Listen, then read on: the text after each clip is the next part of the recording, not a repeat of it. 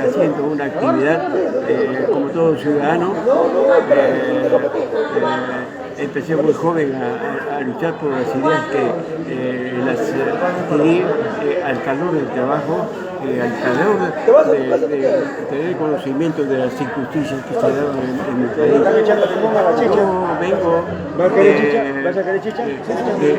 de la década del 40, siendo en ese entonces oficial de mar de la Marina de Guerra, y soy protagonista de un movimiento revolucionario de la Marina de aquel entonces, la Revolución de 1948.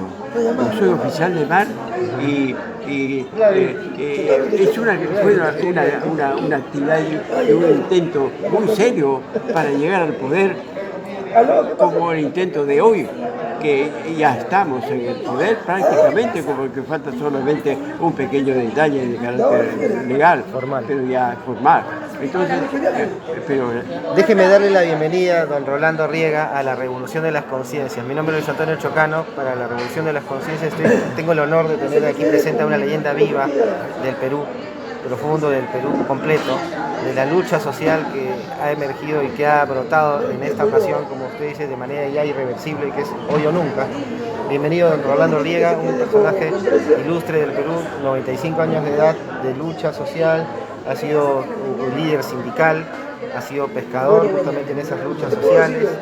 Y cuéntenos más, por favor, sobre usted y sobre esta lucha que ha emprendido y que hoy prácticamente se ve consagrada. Es un placer. Es un placer. He sido pescador por la fuerza y necesidad de capturar un sindicato como herramienta para luchar en mejores condiciones por objetivos muy claros, que recién empezamos a tratar la posibilidad de lograr con éxito una de las tantas luchas en las que hemos participado. Empecé muy joven. En 1948 ya yo era un oficial de mar, protagonista de un movimiento revolucionario muy serio, en que participaron oficiales superiores, capitanes de navío, tenientes, alfereces y sobre todo el grueso del contingente revolucionario de eso entonces eran oficiales de mar, es decir, de la plana menor del pueblo, como ahora, que participaron, pero nos traicionaron. Que nos traicionó un partido muy conocido, el Partido Aprista Peruano, nos traicionó, pero también traicionaron otra revolución anterior, 10 años antes, y de la misma Marina, 1932, revolución traicionada, 1948, una revolución mucho mejor conducida, y casi logramos el objetivo, pero también fuimos traicionados por el APRA. ¿Ya? En 1968, otra revolución en que participaron oficialidad de todas las Fuerzas Armadas. 1968, donde también fui protagonista, ¿ya? Y luchamos y logramos gobernar varios años. En esos años hicimos reformas muy importantes como la reforma agraria, donde la reforma agraria, donde el general Velasco dijo: campesino, el rico ya no comerá más de tu pobreza. Y a los obreros le dijo: no toleraremos injusticias y abusos de ningún nivel. Sin tu participación, sin tu trabajo, no hay nada que repartir. Y a las mujeres les dijo en esos lejanos años, 1968, no tienes por qué caminar un paso atrás del hombre. Iguales deberes, iguales derechos. Ni un paso atrás. Y así avanzamos. Pero ¿qué sucedió? Ahí este general prestigioso de las Fuerzas Armadas, la derecha cavernaria que conocemos hoy, ¿ya?, lo derrocó al general Velasco. Y además de derrocarlo, lo humilló. Ese es el poder que tiene la derecha en el Perú. A un general del ejército de mucho prestigio. Ahora, ¿cómo no vamos a concebir la idea de que su mandato de Pedro Castillo también sea interrumpido por este poder de la derecha? que no tolera reforma alguna. Entonces, eso resulta inaceptable, por Dios. Tenemos que hacer cambios, no solamente mitigar, no solamente reformar, sino que tenemos que hacer cambios sustanciales, de modo de pensar, de modo de vivir, y no convivir con la injusticia, con el hambre, que humilla. La humillación a un ciudadano, a un ser humano peruano, es la humillación a la humanidad entera. Tiene que haber un avance de ese cambio que aspiramos, no solamente Perú, el mundo entero. Así que, bueno, no estoy preparado para poder hablar, no acostumbro. Yo tantas veces he querido pensar en escribir todo lo que tengo, pero explicaremos de alguna manera parte de mis vivencias y espero que de alguna manera ustedes pueden servir para algo. Yo creo que sí. En otras actividades habrá mucha gente que se solidaricen con el pueblo peruano y vean que es justo lo que nosotros aspiramos hoy. Hoy estamos con un presidente que viene del pueblo, de origen campesino, profesor de trabajo, con que se gana la vida y que no tiene ninguna propiedad, esto solamente tiene y creo que hasta casa alquilada vive. Pero esos somos los gente que quiere ayudar a salir de la pobreza, de la injusticia, y no nos están dejando hasta ahora. Bueno, vamos a ver esta pugna. Esta vez el pueblo tiene que imponer su voluntad y es lo que se tiene que respetar. Cuando usted habla de revolución, ¿se refiere a una revolución violenta o una revolución pacífica? ¿A qué tipo de revolución se refiere? Una revolución por cualquier vía. ¿Por qué? Porque a una acción viene una reacción y en el Perú no nos han dejado de ninguna manera gobernar. Eso está bien claro. Y por eso que se producen también actividades y acciones de violencia, de muy fuerte violencia, porque nunca dejan tampoco por la vía electoral. Ahora mismo estamos comprobando. Y esto es que estamos haciendo tantas concesiones y estamos diciendo que no vamos a encarcelar a nadie, que no vamos a perseguir a nadie. Y ahí hay una experiencia muy clara. El general Velasco no encarceló a nadie, no persiguió a nadie, y sin embargo lo derrocaron. Y además de derrocarlo, lo humillaron. ¿Por qué? Porque hizo la reforma y porque le dijo a los campesinos, el rico no comerá más de tu pobreza. ¿Dónde está la ofensa si era verdad? Claro. Y además fue irreversible, como también lo dijo, ¿verdad? Lógicamente.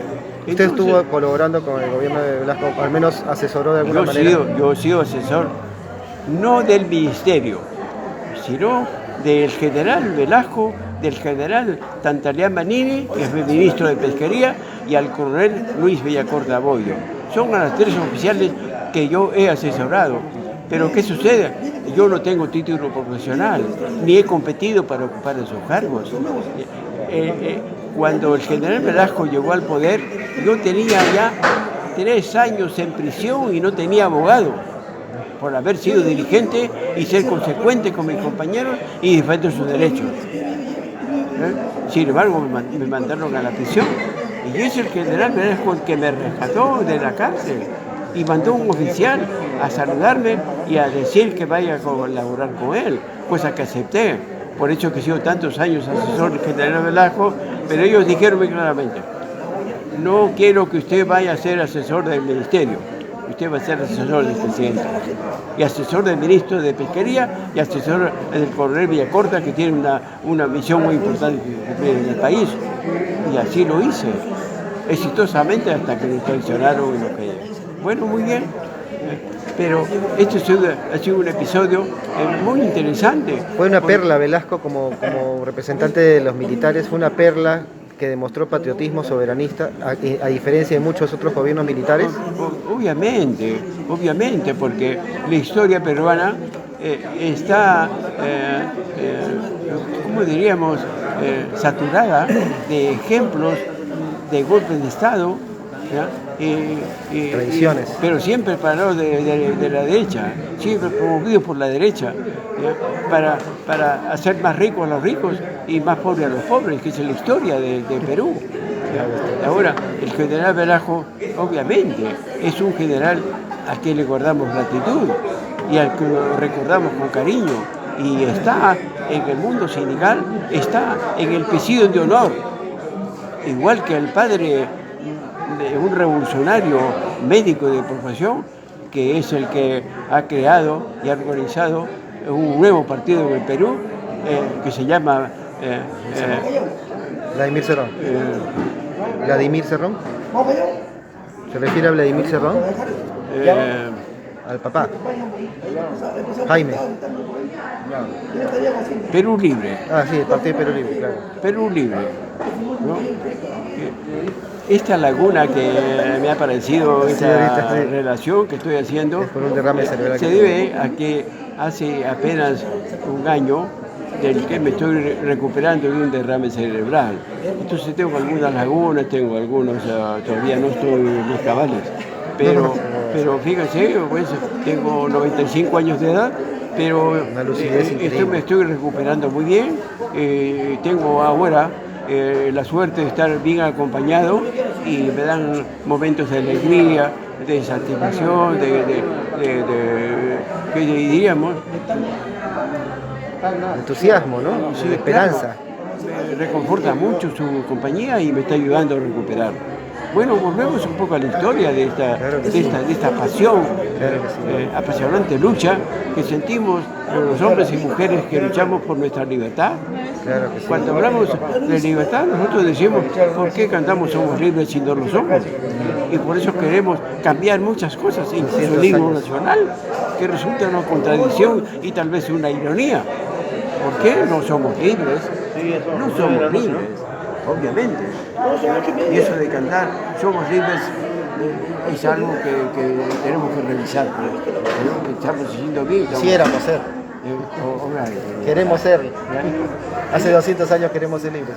Pero usted me hablaba hace un rato de esta ironía o más bien contradicción o paradoja que existe con la invasión española, la colonización española y a la vez esta falta de reconocimiento de Europa que se ha visto beneficiada, me decía, por ejemplo, de la pesca.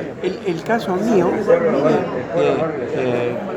que ha sido dirigente, por ejemplo, sindical, y que se ha politizado en el camino, es un aprendizaje muy largo y muy penoso, porque yo no vengo de la universidad y no le puedo testimoniar de que yo he leído mucho, he aprendido mucho de toda la lectura, de toda la cultura que he adquirido en el camino.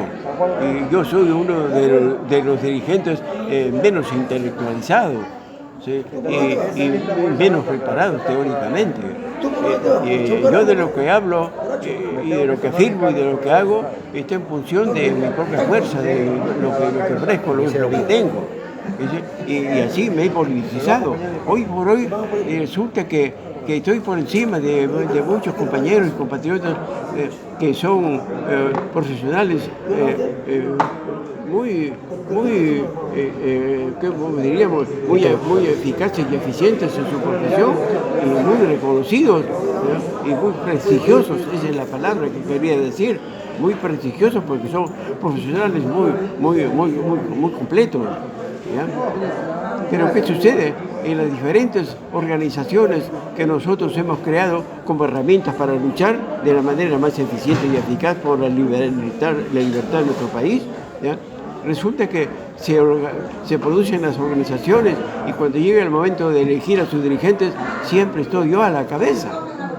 Y en este momento, por ejemplo, yo no fui a la universidad y entonces hay otra contradicción en el camino. ¿Qué pasa? Hay un grupo de profesionales muy prestigiosos del país que están organizados en una institución muy prestigiosa en este momento en Perú, que se llama la Red Científica. Entonces, hay un grupo de científicos peruanos muy prestigiosos. Algunos son doctorados en España, otros tienen maestría en Japón, ¿ya? Y son académicos universitarios. de un prestigio indiscutible, se lo merecen. Pero ¿qué resulta? Que yo soy el presidente de ellos. Yo soy el presidente de la red científica de Perú. ¿Ya? Y no me quieren cambiar, ahora no me cambian. ¿Eso es? ¿Qué es lo que lo hace a usted merecer esa confianza? ¿Cuál es? La vida que me ha golpeado tanto y que todo lo que sé lo he aprendido a golpes. Eso, y con el estómago vacío muchas veces. No hay mejor universidad que la vida. Los golpes de la vida. ¿Ya? Y eso es lo que me da. Y por eso a esta edad, por ejemplo, acabo de estar en un meeting. ¿Esto? México. Y participo como cualquier ciudadano de 30, 40 años. Y nadie sabe que yo tengo 95 años. Obviamente. Y vengo con un derrame cerebral que lo ha provocado o ha contribuido mucho los sufrimientos, la humillación. Mire, para que tenga una idea. Yo soy un hombre jubilado. Me han quitado mi jubilación. Y hace 30 años que no me dan la plata que me corresponde, porque soy un hombre que ha trabajado toda su vida. 32 años de aportes al Seguro Social. Tengo un juicio ganado por el Tribunal Constitucional que ordena se me devuelva mi pensión, mi plata y se me paguen los devengados correspondientes de ley. 30 años trabajando, luchando para que me duela mi pensión. Tengo 95 años. Y han dicho que eso estoy condenado a la muerte civil. Prácticamente. Obviamente. Porque no solamente que me quitaron la pensión, me quitaron la pensión y al quitarme la pensión me quitaron las prestaciones de salud.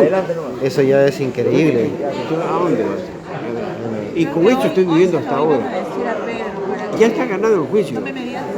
Y se han hecho las liquidaciones correspondientes. Ha hecho las liquidaciones 6 veces la institución encargada de esa actividad. Las hemos rechazado las 6. Y recién el aparato judicial ha hecho la liquidación correspondiente, pero hasta ahora no llega la plata a su dueño. Se han apoderado de mi dinero. Salvajes. Y eso no es solamente conmigo en especial. ¿No? ¿Por qué? Porque mi único delito es haber sido dirigente y haber sido consecuente con mis compañeros. Ser leal con mis compañeros. Porque tuve para volverme rico también. Una sola huelga bastaba traicionar para que me den lo que me ofreció ya un famoso industrial de origen italiano, Luis Banquero Rossi, que murió asesinado. Y sé que él lo asesinó también. No fue desempleado. No se acompaña, pero es que gente que ha vivido en la pesca y conoce muchos entretelones que no conoce el común de la gente puede saber. Y hay un detalle que puedo señalar a la gente que quiere investigar ese problema y les interesa. Luis Banquero Rossi era dueño de una fortuna. No había en Sudamérica un hombre más rico que solamente en Estados Unidos puede encontrarse ricos de ese nivel. Era tan rico, que él ofrecía coimas a los dirigentes sindicales y daba cheque en blanco para que ponga lo que le dieran. En el caso mío fue ese. Pon lo que quieras, la cantidad que quieras. Lo que tú vas a poner ahí, a mí no me hace cosquillas. En primer lugar, ¿por qué? Porque esa plata no es mía. Pero si fuera mía, no me hace ni cosquillas. Absolutamente, porque yo mismo no sé cuánto tengo. Tengo fábricas pesqueras, tengo exportación de harina de pescado. No me hablemos, señor, por favor. Y si tú no aceptas eso, me dijo una palabra gruesa que lo costumbre era muy educado, muy dedicado. Vas a morir viejo y muy pobre. Y hoy tengo 95 años de edad y no tengo un solo centavo en ninguna parte. Lo que tengo solamente es mi pasaje para regresar a mi casa. Arequipa. Claro. Y además, bueno, ¿para qué seguir hablando? No quiero hablar de esa faceta porque es bastante ya.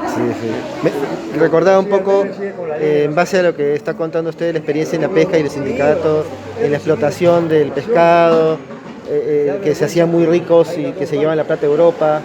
y decía usted que había una falta de reconocimiento incluso de parte de los europeos que tanto han explotado y saqueado este país, que justamente se basa en el hecho de que nosotros nunca les hemos hecho nada a ellos, nunca les hemos quitado nada a ellos, ¿no? Nunca les hemos quitado nada a los europeos para que nos saquen así y nunca piden perdón. Claro, era tanta la riqueza que solo es un criterio egoísta, que no hay explicación, que no hay explicación. Para salud y educación que tenemos unos sueldos para poder negar un salario que permita a la gente que amasaba tanta fortuna tratar con un criterio de dignidad a la gente que le daba tanta fortuna. Entonces, yo me pregunto tantas veces, ¿por qué ese proceder? Es un proceder solamente por maldad, solamente odio. ¿Por qué? Ellos que, a mi manera de ver, analizando esa realidad, es el odio, es el espíritu de maldad de un hombre. ¿Qué otra explicación puede haber? Claro, la naturaleza humana está hecha así, seguramente, pero ese proceso de educación, ese proceso de sentimientos, de practicar sentimientos de solidaridad, de evitar esas tan tremendas y espectaculares diferencias económicas, sociales. Abismos. No puede ser, obviamente, ¿ya? Sin embargo, es así, y por eso hoy por hoy estamos viendo de que el pueblo ha madurado y no ha cesado buscar el camino para llegar al poder.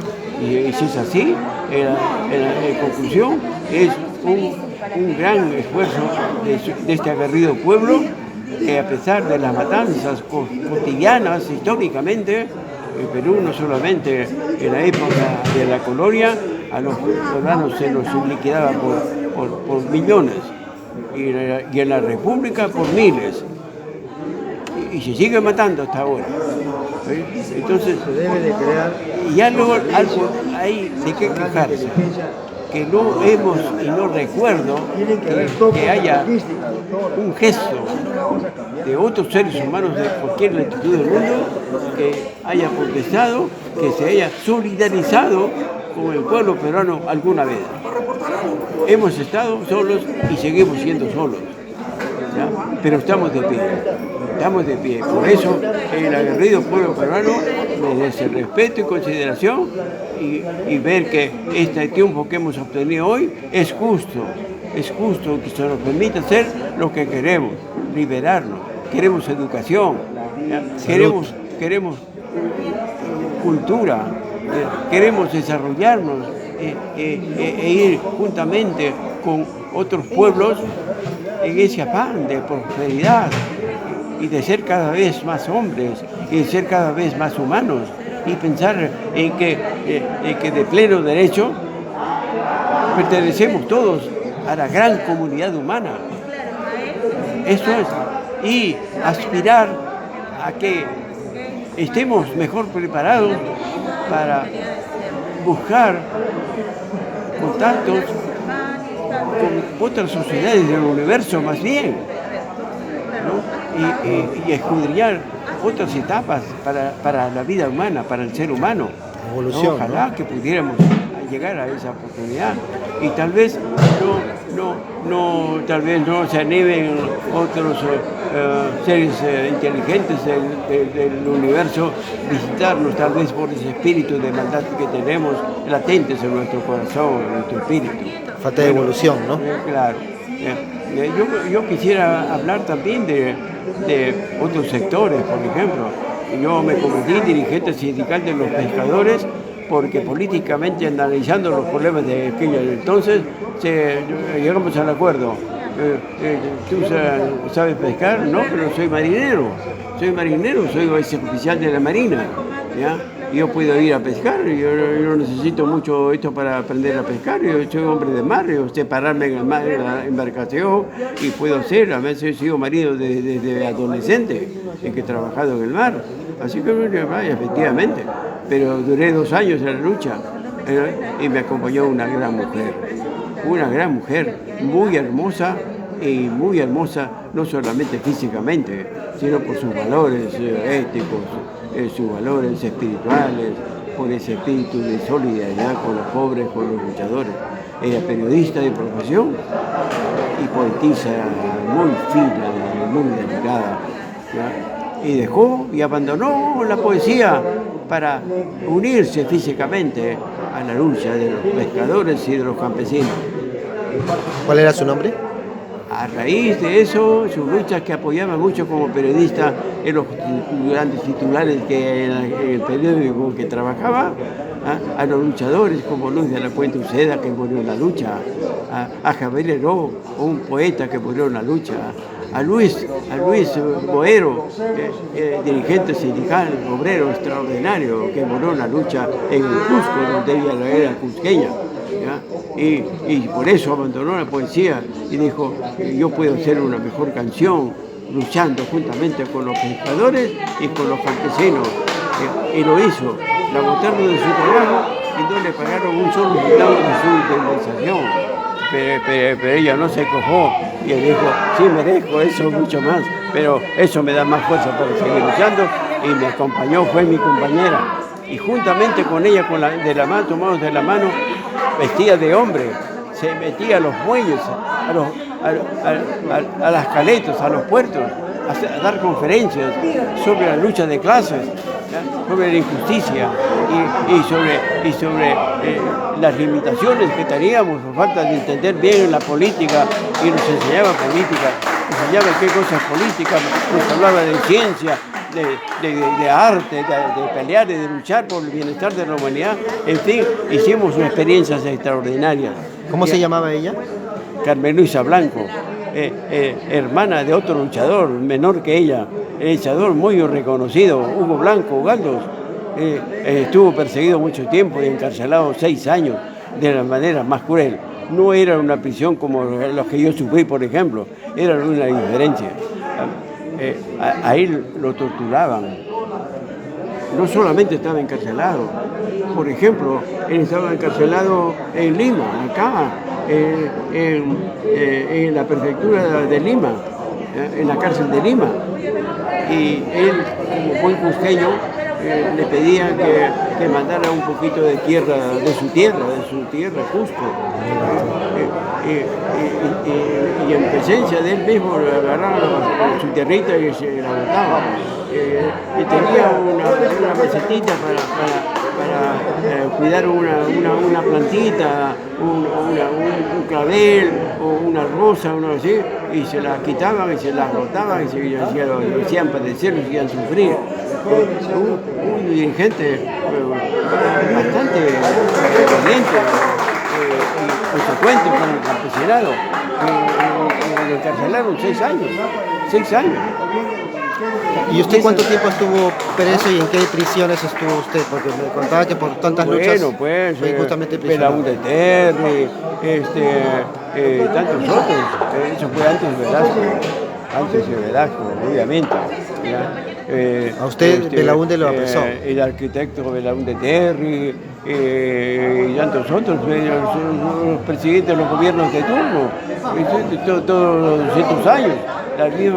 La misma psicología, los mismos intereses que defendían, eso es, así que todo aquel que luchaba contra las injusticias de ese entonces era pues enemigo de los ricos, y por lo tanto mis compañeros, muchos de ellos han sido ya también asesinados, y con la cosa más natural, no hay castigo, no hay impunidad. Castigo. Claro, no es la cosa más común y natural. Es el bicentenario de la corrupción y de la impunidad. Claro. Yo no estaba preparado para esto, nunca, pero me gustaría en otro momento. Vamos a seguir. Vengo hasta que sea la primera vez. De un meeting también. Sí, pues. Un meeting donde vengo con una mujer muy joven que me está ayudando ahora, me apoyo en ella porque tengo todavía secuelas que me quedan al caminar. Estuvo en el meeting ahora. Estuvo en el meeting ahora de Pedro Castillo. ¿Estuvo usted ahí? Claro, estoy ahí. ¿Habló usted? No, no he hablado. Pero estuvo presente en las hablar, palabras. obviamente, yo he hablado en esa plaza varias veces. Claro, Y Luchi Blanco también habló. Claro, su esposa. Voy a contar una anécdota de Luchi Blanco. Por favor. Resulta que en ese entonces había un comité de defensa de los derechos humanos y Hugo Blanco estaba a punto de ser condenado a la pena de muerte por haber defendido a los campesinos. Entonces la derecha, a través de sus voceros y de sus representantes, a través de sus operadores, a través del aparato judicial que como hasta hoy estaba bajo su control, pedían la pena de muerte por solidarizarse con los campesinos que los marcaban con fierro caliente en la piel, para que no pueda huir y escaparse, y estaba marcado que pertenecía al dueño de una hacienda. Los esclavos. Él defendía y protestaba y participó y luchó y defendía a los campesinos. Es increíble lo que pasaba. Me estaba contando una anécdota de doña Lucy Blanco. Me estaba contando esa anécdota. La anécdota de Lucy Blanco fue muy interesante. A mí me impactó mucho, me sorprendió. Era mi mujer, que debería haberla conocido muy bien desde ese punto de vista. Pero me dio una sorpresa tremenda. El meeting se produjo en la Plaza San Martín. Un meeting espectacular, estaba repleto, rebasaba la Plaza San Martín de gente, protestando ante la amenaza de pena de muerte para Hugo Blanco. Rosita Larco era directora del coro musical de San Marcos y ella era la presidenta del Comité de los Derechos Humanos. Y por lo tanto, la amistad que teníamos, estábamos vinculados con el movimiento social, sindical, político de ese entonces. Primero porque éramos parientes de Hugo Blanco y teníamos que estar ayudando de alguna manera o presentes en esas cuestiones para evitar que lo fusilen a Hugo Blanco. Claro. Y bueno, se produjo un meeting espectacular. Y Luchi Blanco tenía que hablar por el hecho que era su hermana, claro, y era la que representaba a la familia, ¿ya? Y un abogado revolucionario de ese entonces le dijo: Luchi, vas a hablar, pero no te conviene, tienes que pedir clemencia al gobierno. A lo mejor palabras que tú tengas, si tú tienes muchas palabras, mucha facilidad para hablar lo que te estoy recomendando. Tienes que decir que bueno, pues que disculpen, que tengan compasión de este hombre joven, etcétera, etcétera, pero siempre pidiendo clemencia. Y le tocó pues el momento de hablar a ella, yo estaba a su lado, porque yo también era dirigente en ese entonces, obviamente, y para mí estar entre los que organizaban el meeting éramos compañeros, amigos, que yo estaba acá. Además era mi mujer, tenía que acompañarla y cuidarla, obviamente, como lo he hecho siempre, toda la vida, ¿ya? Así es que le tocó la voz, la palabra a Hugo Blanco. ¿Te vas? 2 minutos y terminamos. Perdón, ¿sí? ¿Puedo interrumpir? Claro, claro. Estamos en diálogo con el patriota Rolando Riega, que por supuesto que vamos a tratar de continuar esta interesante entrevista en una oportunidad siguiente, porque en realidad hay mucho que conversar y vamos a hacer una segunda entrevista también para continuar con estas historias maravillosas que nos está contando Rolando, que tiene mucho que ver con el interés del pueblo peruano por la cultura, por la historia, por la reivindicación de los derechos de nuestro pueblo, muchas veces pisoteados, sumidos en la ignorancia, justamente para evitar de que haya pues un verdadero cambio en el país. Entonces, tenemos aquí a don Rolando Riega, que está con nosotros conversando en este local de lucha del Comando de Mujeres de Perú Libre, donde nos han dado la acogida, donde nos han permitido justamente entrevistar. Aquí estamos, cuidado con el cable. Estamos de regreso aquí con don Rolando Riega. Ahora sí podemos conversar un poco más. Claro que sí. Bueno, Entonces seguía contándome esa anécdota de su señora, doña Lucy Blanco, antes del discurso. Entonces le tocó el uso de la palabra. Claro. Y yo pues... Hay gente que me está queriendo mucho y me hace mucho bien porque vengo de sufrir mucho. Claro, se merece todo el reconocimiento. Esos gestos de afecto. Claro, es un alimento para el alma. Adelante, con cuidado. ¿Quieres descansar? ¿Ya quieres descansar? Te voy a cumplir con Ah, ya. ¿Me buscas? Ya, pero ¿me buscas? Ya. Zapatito. Vendemos y lo buscamos. Ya, sí. El cariño, claro. Allá, ¿ya está? Bueno, estaba contando esa anécdota de Lucio Blanco, Claro. pero antes hay que reiterar de que era una mujer que impresionaba a cualquier hombre de cualquier edad por su belleza física, sin conocer su nivel intelectual. Ajá. Y ella sabía eso. Y otras virtudes que ella tenía. ¿Ya? Así que usó la palabra y arrancó con una entonación y con algo que yo no le conocía. Y dijo lo siguiente: no he venido a pedir clemencia, lo primero que dijo. He venido a reiterar que Hugo Blanco, su hermana y sus hermanos, mi madre y mi padre, ¿ya? Vemos que si es necesario que lo pusieran, que lo pusieran. Y si quieren fusionarnos también, porque primero nuestra patria por encima de todo, nuestra patria, porque la patria tenemos que creer por encima de que una madre quiere a sus hijos. Así que yo, su hermana, me voy también a involucrar, igual que yo en mi familia, por los derechos y por lo que defiende mi hermano, también defendemos nosotros. Y se hizo un discurso de la cultura que no puedo repetir porque no tengo la capacidad de poder repetir su discurso por la tecnología y el dominio del idioma que ella ostentaba. Esto poetiza al fin. Claro, obviamente. Súper culta, ¿no? Y un dominio de la oratoria espectacular. Así que en esa Plaza San Martín que acabo de llegar ahorita, escuchando el discurso de Pedro Castillo, no escuché nunca más un discurso de este nivel. A nadie, ni hombre ni mujer. ¿Ya? Así que esa es la anécdota que me dejó una impresión muy grande de esta gran mujer. Esta gran mujer hizo una pareja con este hombre, ¿ya? Y me enseñó muchas cosas.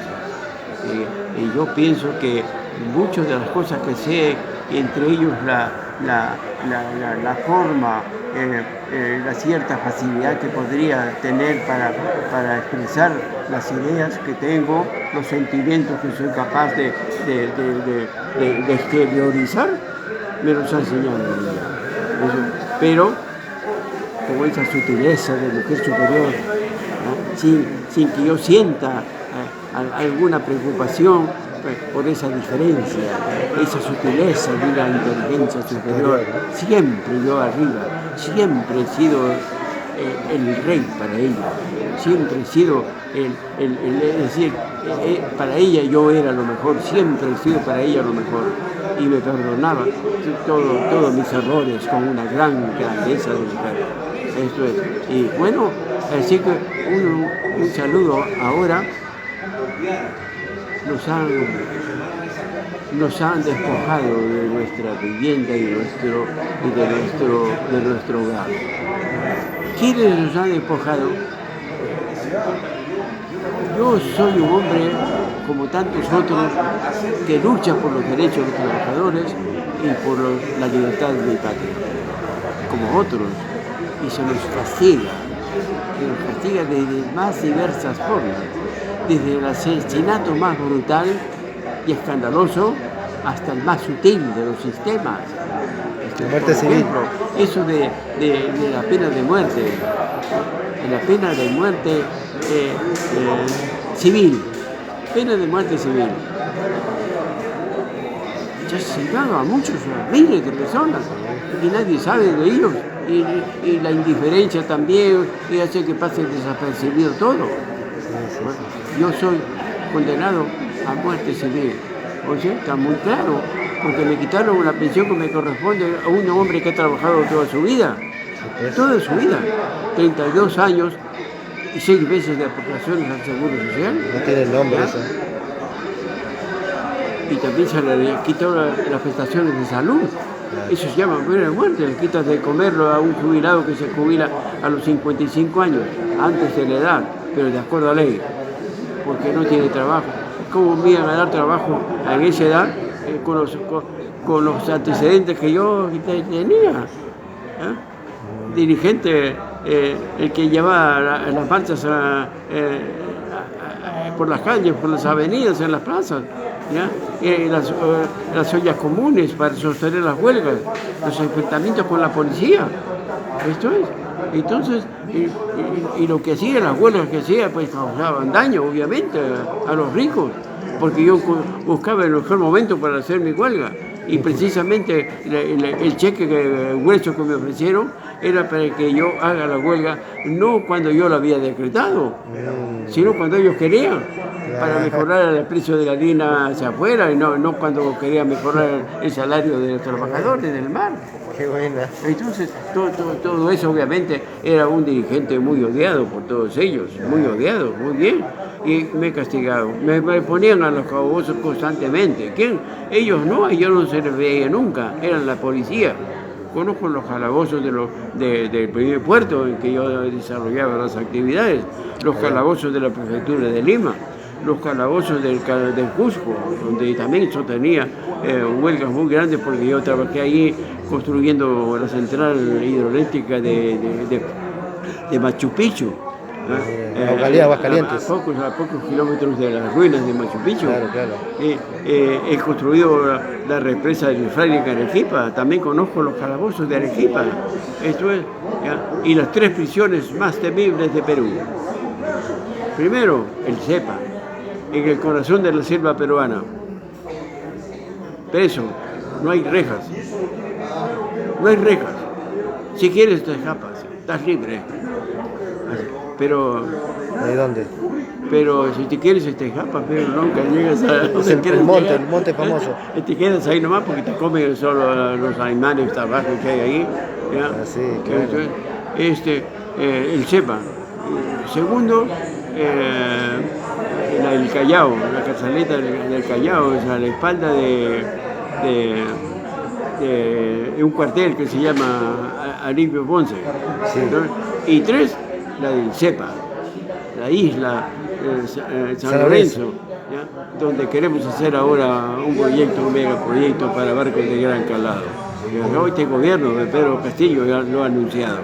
Pero resulta que yo estoy vinculado con ese proyecto todavía en la década del 40, donde yo viví 6 meses en esa isla. Era marinero en ese entonces. Y después tuve la suerte de conocer a la persona que hizo realidad ese sueño, el proyecto completo, megaproyecto completo, listo para ejecutar. Un capitán de la Marina, ingeniero en ese ramo, muy inteligente, muy capaz, porque después fue mi compañero de trabajo también en la época del gobierno del general Velasco, donde tuve la oportunidad de trabajar directamente con el gobierno, y era amigo de él, era el director ejecutivo de la más grande empresa de pesca en el mundo, Pesca Perú. Así se llamaba esa empresa, una gran empresa, con una flota espectacular que teníamos en Perú. Y bueno, y todo eso se ha perdido. No hay, ya se acabó, ¿dónde está? Y Pedro, el presidente flamante que acabamos de elegir, ha dicho vamos a recuperar todo lo que nos han quitado. No creo que podamos todo, pero vamos a empezar por lo que podemos. Yo estoy a la cabeza de eso, porque conozco cómo hacerlo. Porque hay que hacerlo. Y ya estoy presentando también mis aportes a este gobierno. ¿Ya? Entonces, estamos ya en tratos y son los equipos técnicos ya se están empezando a organizar para empezar a trabajar ya. Muy bien. Bueno, pues, no sé, me gustaría mucho abordar un poco la lucha en el campo de los trabajadores de construcción civil. Por mi formación profesional, yo soy un hombre que se ha sido especializado en la Marina de Guerra, en máquinas y motores marinos. Y también soy especializado en maquinaria pesada, ¿no? Así he construido carreteras desde Luriga hasta Tacna, más de 1.000 kilómetros de carretera, con variante a Punzana, variante a Pisco en la costa. Y también he trabajado en las minas de Tocopala, famosas minas de Tocopala, muy ricas, y haciendo trochas, haciendo para la extracción de minerales. Y también ahí he hecho el sindicalismo. Pero también era pues un dirigente muy radical, y rápidamente descubrían que un trabajador al que merecía respeto y consideración, que me lo demostraba, porque era un trabajador que conocía su trabajo técnicamente bien, era un trabajador rendidor, que trabajaba con entusiasmo y con mucha alegría. Pero rápidamente se daban cuenta que metía la pata, decían ellos, ya, Rolando, ¿cómo puede ser posible? No puede ser. Le formaba el sindicato. Formaba el sindicato, entonces era una contradicción. Me reconocían como buen trabajador y después la desilusión que les daba, que salía organizando sindicatos y haciéndole huelga. Ese era el constante, lo que pasaba conmigo. Y por eso es que me castigaron finalmente, no solamente mandándome a la cárcel, y mandándome a los calabozos. En el Cusco, que hace mucho frío, en un invierno, ¿ya? En las noches, en el calabozo, me echaban un balde de agua al piso, ¿ya? Para que me enferme, que se muera, también esa muerte. Y en el Callao, en el mes de agosto, también que hace frío en la costa, me tuvieron desnudo toda la noche en un cuarto vacío, también mojado. ¿Ya? Y dije, bueno, yo no me voy a tirar al piso. En el piso no había nada, ni un periódico. Todo estaba piso, calato, mojado. Ya. El hombre se va a dormir, va a tirarse al piso, no tiene que hacer. Como había puerta y había unas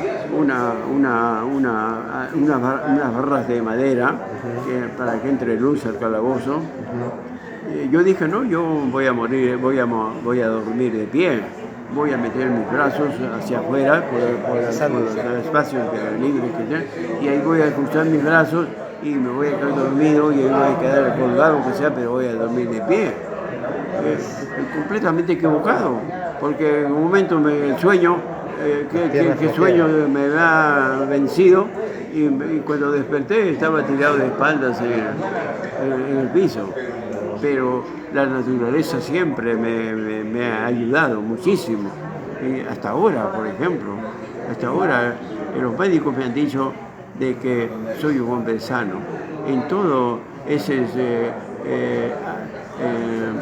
cuidados que hace la medicina actual, de todos los análisis que han hecho para ver el problema del derrame cerebral que me ha dado, me han dicho claramente, a usted se significa un accidente cerebral, pero usted es un hombre sano.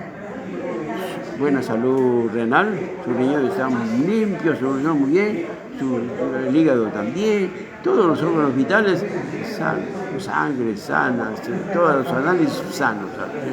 Venga a hablar. Y bueno, y sigo sano hasta ahora. Acabo de hacer una caminata, por ejemplo, con una mujer joven, ¿ya? Y me he apoyado en ella porque me ha dado esa confianza con mucho cariño y con mucho respeto, ¿ya? Y bueno, yo puedo irme hasta dónde. Yo he sido un caminante extraordinario y un atleta también extraordinario, un atleta. nadador, luchador y futbolista. Eso, Vida sana en cuerpo sano. como cualquier hombre del pueblo, pues, muy bien. Bueno, hablando de construcción civil, un famoso dirigente, Emiliano Huamantica, murió asesinado. ¿Ya? Abiertamente, porque era un dirigente como yo, consecuente con sus compañeros, diferentes a la pesca, construcción civil, se le está mal, siempre se roba de alguna manera u otra. ¿Ya? Y los empresarios no solamente se conforman con las ganancias de la empresa, también tienen que robar a fuerza al trabajador. Para ellos es un deber, es una obligación robar. Entonces resulta pues inadmisible, inaceptable. ¿Hasta cuándo? Sí, podemos hablar ahora de esa posibilidad que tenemos de gobernar. Pedro Castillo, ¿quién es? Es un hombre también del pueblo como yo. Él es de origen campesino como yo también. Yo soy de origen campesino de la costa, él es de origen campesino de la sierra, pero campesinos al fin y al cabo.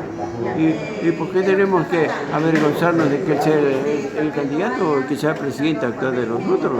Y cuando se avergüenza, ¿por qué? Porque tiene que las manos cubiertas de tierra, pero las manos de tierra que pueda tener el presidente Pedro Castillo tiene un olor a tierra, Campo, a tierra mojada, a pan de trigo peruano. ¿Por qué tenemos que avergonzarnos? Al contrario, nos avergoncemos que sea un hombre del campo o que sea un hombre como yo que tenga años en las manos y que gobierne el Perú.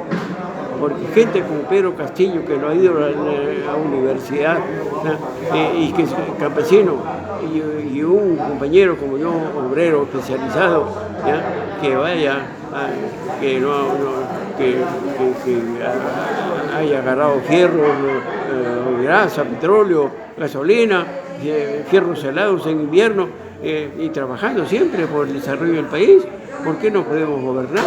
Si tenemos la sabiduría innata del pueblo que nos da la experiencia de tanto que hemos sufrido y de tanta injusticia, poder sin odiar a nadie. Exacto. Son ricos y están ricos, pues estamos bien. Claro. ¿Para qué necesitan 100 millones? Por favor. Eso es enfermedad en todo caso. Porque esos excesos, ¿qué explican? ¿Para qué va a necesitar 10, 15, 20 millones? Es absurdo que tenga lo suficiente o más si quiere de una vida digna, los excesos, pero a esos extremos, esas diferencias abismales de carácter social y de carácter económico son inaceptables hoy por hoy. No podemos aceptar por más tiempo. Ahora, Pedro Castillo y todos nosotros vamos a poder por la vía pacífica. No nos dejan gobernar, están prolongando, están dando pie y ya lo están diciendo. Son una vergüenza internacional. Son una vergüenza internacional. Obviamente, ¿ya?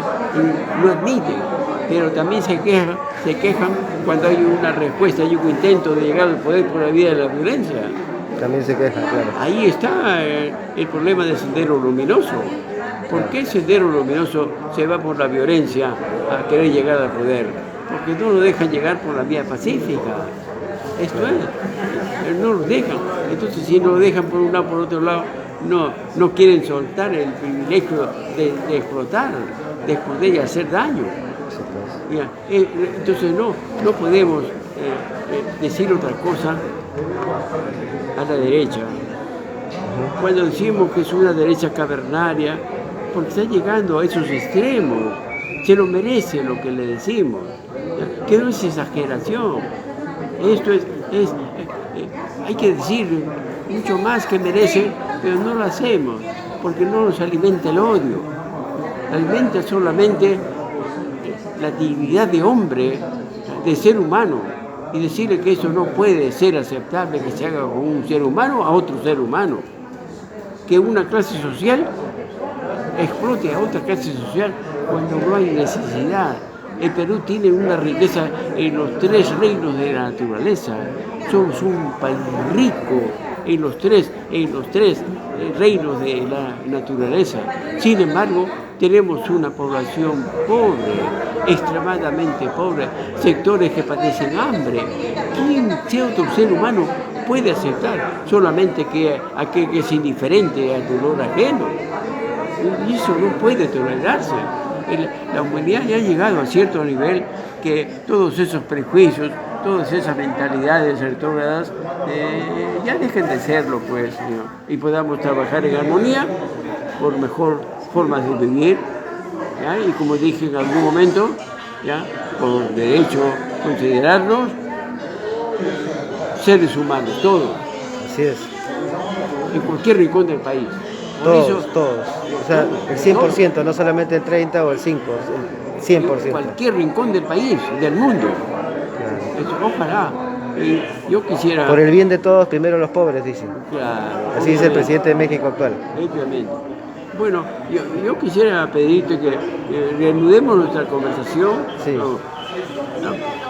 Mañana, a Claro la que hora sí. que tú quieras, yo estoy acá de un Claro, escritorio vamos a despierto, ponernos en contacto. y podemos trabajar un poco sobre lo que tú quieres, ¿ya? Perfecto, perfecto. Claro.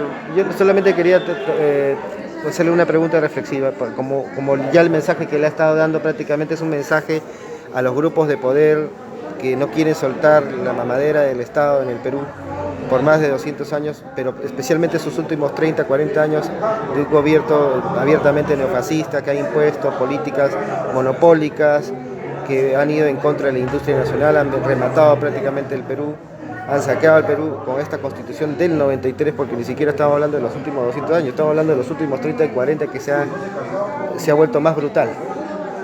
¿Cuál es el mensaje que podría completar hacia esos grupos de poder? Claro. ¿Qué mensaje les da?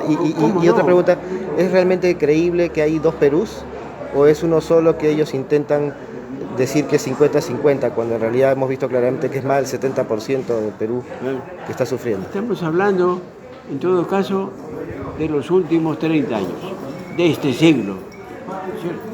De los últimos 30 años. En estos últimos 30 años han muerto, han desaparecido más de 60.000 ciudadanos peruanos, asesinados,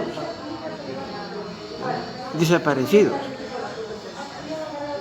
comprobados por una comisión que especialmente se ha nombrado para investigar ese escándalo humanitario. No hay castigo ejemplar.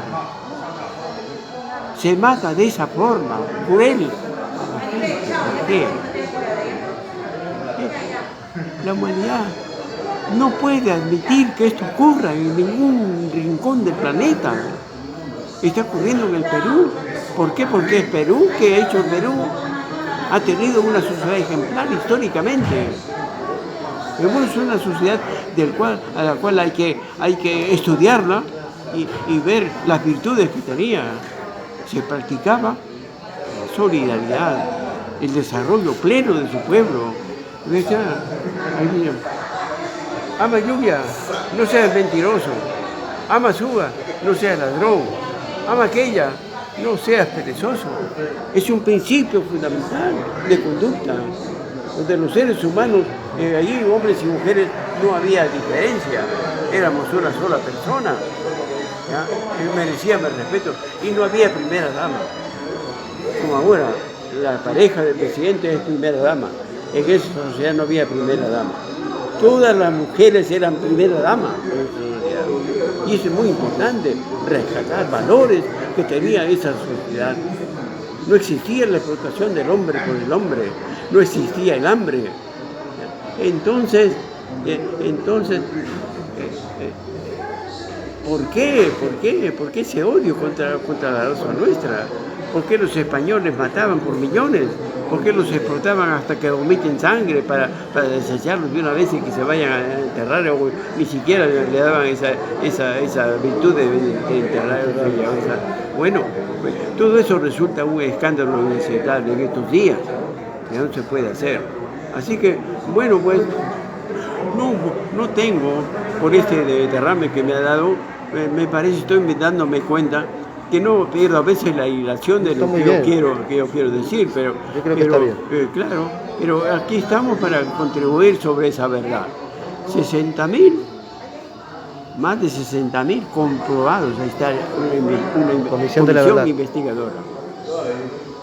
Y como si eso fuera poco, recientemente se ha esterilizado en contra de la voluntad de 300.000 mujeres.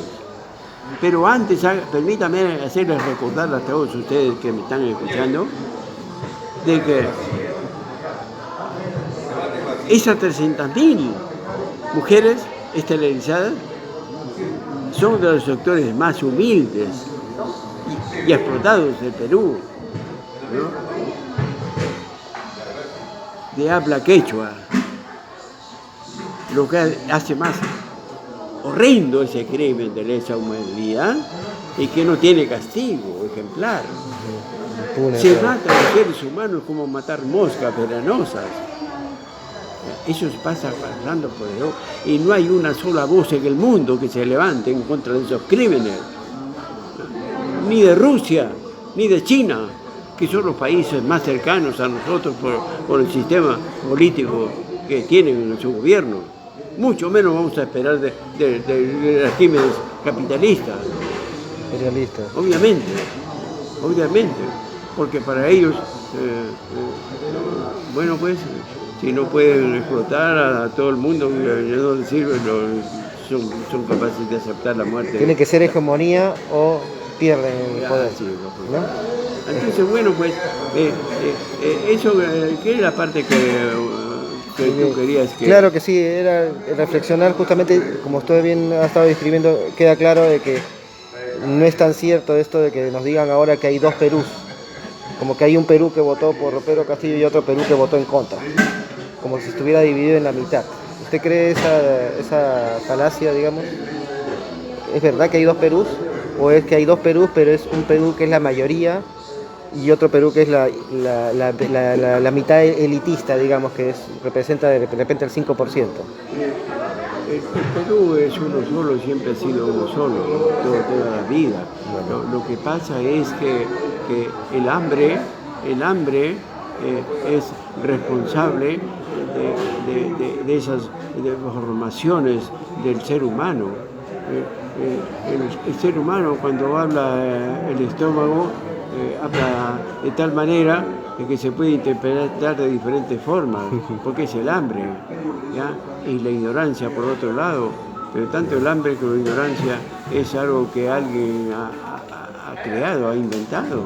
Claro. ¿Y quiénes son? Ya los conocemos, por eso no. Son una minoría. Hoy, por ejemplo, estamos demostrando que Perú es uno solo, ¿ya? Que hay un sector de peruanos que está apoyando a los ricos cuando el enfrentamiento es muy claro. No hablemos de clases sociales, no hablemos de estratos sociales. A ver, todos los compañeros de Ayacucho, nos vamos a la vigilia, compañeros. ¿Ya? Todos Hablemos de pobres y ricos, más claramente. Claro. Eso está muy claro. Sí, pues. Acá hay pobres y ricos, es la división que existe bien claramente. Y no se puede negar. Así es. Así estamos divididos, pero de esa manera. Claro. Y es como tanto, la mayoría contra la minoría. Así es. Y no debería estar en contra, sino debería estar coayudándose. Obviamente. Y eso es lo que queremos. ¿Quiénes unidad. son los ricos? Son unas cuantas familias. No solamente en Perú, Así es, en el mundo occidental, en el mundo entero. en el mundo capitalista. Y las diferencias son tan enormes, de que la humanidad no ha podido corregir esos excesos. Eso es. Excesos. Eso está tan claro. Yo no puedo manejar estadísticas, por ejemplo, ni puedo hablar como un profesional bien formado que habla de estadísticas. Esa no es que no tengo esa virtud, no puedo hacerlo. Pero está tan claro, Sentido común. que no necesita estadísticas, está muy claro a la Lógica vista. nada más, claro. ¿Cuántos son los millonarios? Una docena de familias. Maneja la riqueza de más de 400 millones. Y no estoy exagerando, porque eso sí se puede leer en cualquier parte. Eso es la pregunta, por Dios santo, ¿qué pasa con ese capital? ¿Por qué? ¿A dónde está? ¿Por qué se va ya? Y sabemos que por más que crean en Dios o cualquier santo, ya no le manda pues el dinero en esas proporciones. El santito no llega. Entonces todo está muy claro. La pregunta es ¿hasta cuándo sostenemos esta sociedad que camina en esas condiciones? Así que cuando hablamos de Perú, tenemos nosotros que hablar del mundo entero, en especial del mundo occidental, del mundo capitalista, ¿no? Ya no más acepten esa sociedad, porque ya es tiempo que el ser humano se deshaga de ese lastre que no lo deja ir más allá del planeta. El planeta nuestro es Lleven su caparazón porque hace frío, compañeros, ¿ya? Bueno, el planeta nuestro es un hogar, es una tierra que nos acoge con mucho amor y con mucho calor, nos da mucho amor, nos da todo. Y vean ustedes el comportamiento que tiene también el hombre contra nuestro hogar mayor, la tierra. ¿Y quiénes son los que más daño le hacen? Los capitalistas, los ricos, los que tienen todo. Contaminan el agua, contaminan el aire, contaminan la tierra. Ellos son. ¿Quién más? No va a ser el campesino que labra la tierra. Claro, obviamente. Entonces, ese tipo de sociedad no podemos tolerar ya. El mundo occidental tiene que entender que no puede. ¿Por qué? Porque si vamos por ese camino, por el camino de las guerras, del abuso, vamos a desencadenar otra vez una tercera guerra mundial. Porque así va la cosa. Las tensiones que existen entre países ricos y países también ricos, pero la riqueza está en manos del pueblo, de alguna manera, como el caso de China, Rusia, otros países socialistas, y otros que no son socialistas ni son comunistas, pero son países como Suecia, Finlandia, Noruega, países, pero coaliciones, ¿no? Unas sociedades limpias, sanas, ciudadanos educados. Finlandia, por ejemplo. Claro, Finlandia, todos esos países, son muchos los países, muy bien. Pero en el mundo entero tenemos que hablar de cambio como hablamos en Perú, igualito. Claro. Como dije antes, cambio de pensar también, cambiamos de pensar, de vivir y de obrar y de proceder. Eso es posible, pero hay gente que no son muchos, pero que tienen el poder en sus manos, porque así es la historia de los humanos. Y comprendamos y dejemos que otros seres humanos puedan comer un pedazo de pan, ¿ya? Y tomar agua sin contaminación, ¿ya? Y respirar, sobre todo los niños. No atentemos contra el futuro de las futuras generaciones, perdón la redundancia, ¿no? Claro que y sí. bueno, yo quisiera seguir colaborando, conversando con esto, y disculpen ustedes. Vamos a continuar mañana. Claro, ¿por qué? Porque yo no puedo adornar, por ejemplo, mi explicación como una persona que ha leído mucho, por ejemplo, ¿ya? Y tiene, sin que se dé cuenta, una conversación fluida, rítmica, musical, bonita, contundente, que se entiende bien. En el caso mío, es un caso con un hombre que ha aprendido de hablar incluso en el camino, poco a poco, así a golpes, así, y eso es por eso que puedo tener muchas deficiencias, y además este derrame que me ha dado también conspira con la cuestión. Oiga, pero imagínense si no le diera el derrame, ¿cómo sería entonces? Ya estaríamos acá ante Albert Einstein, Stephen Hawking. Es realmente muy ilustrativo y realmente nos enseña mucho, y vamos a hacer más programas con usted. Espero que sigamos manteniéndose en contacto. Voy a venir mañana.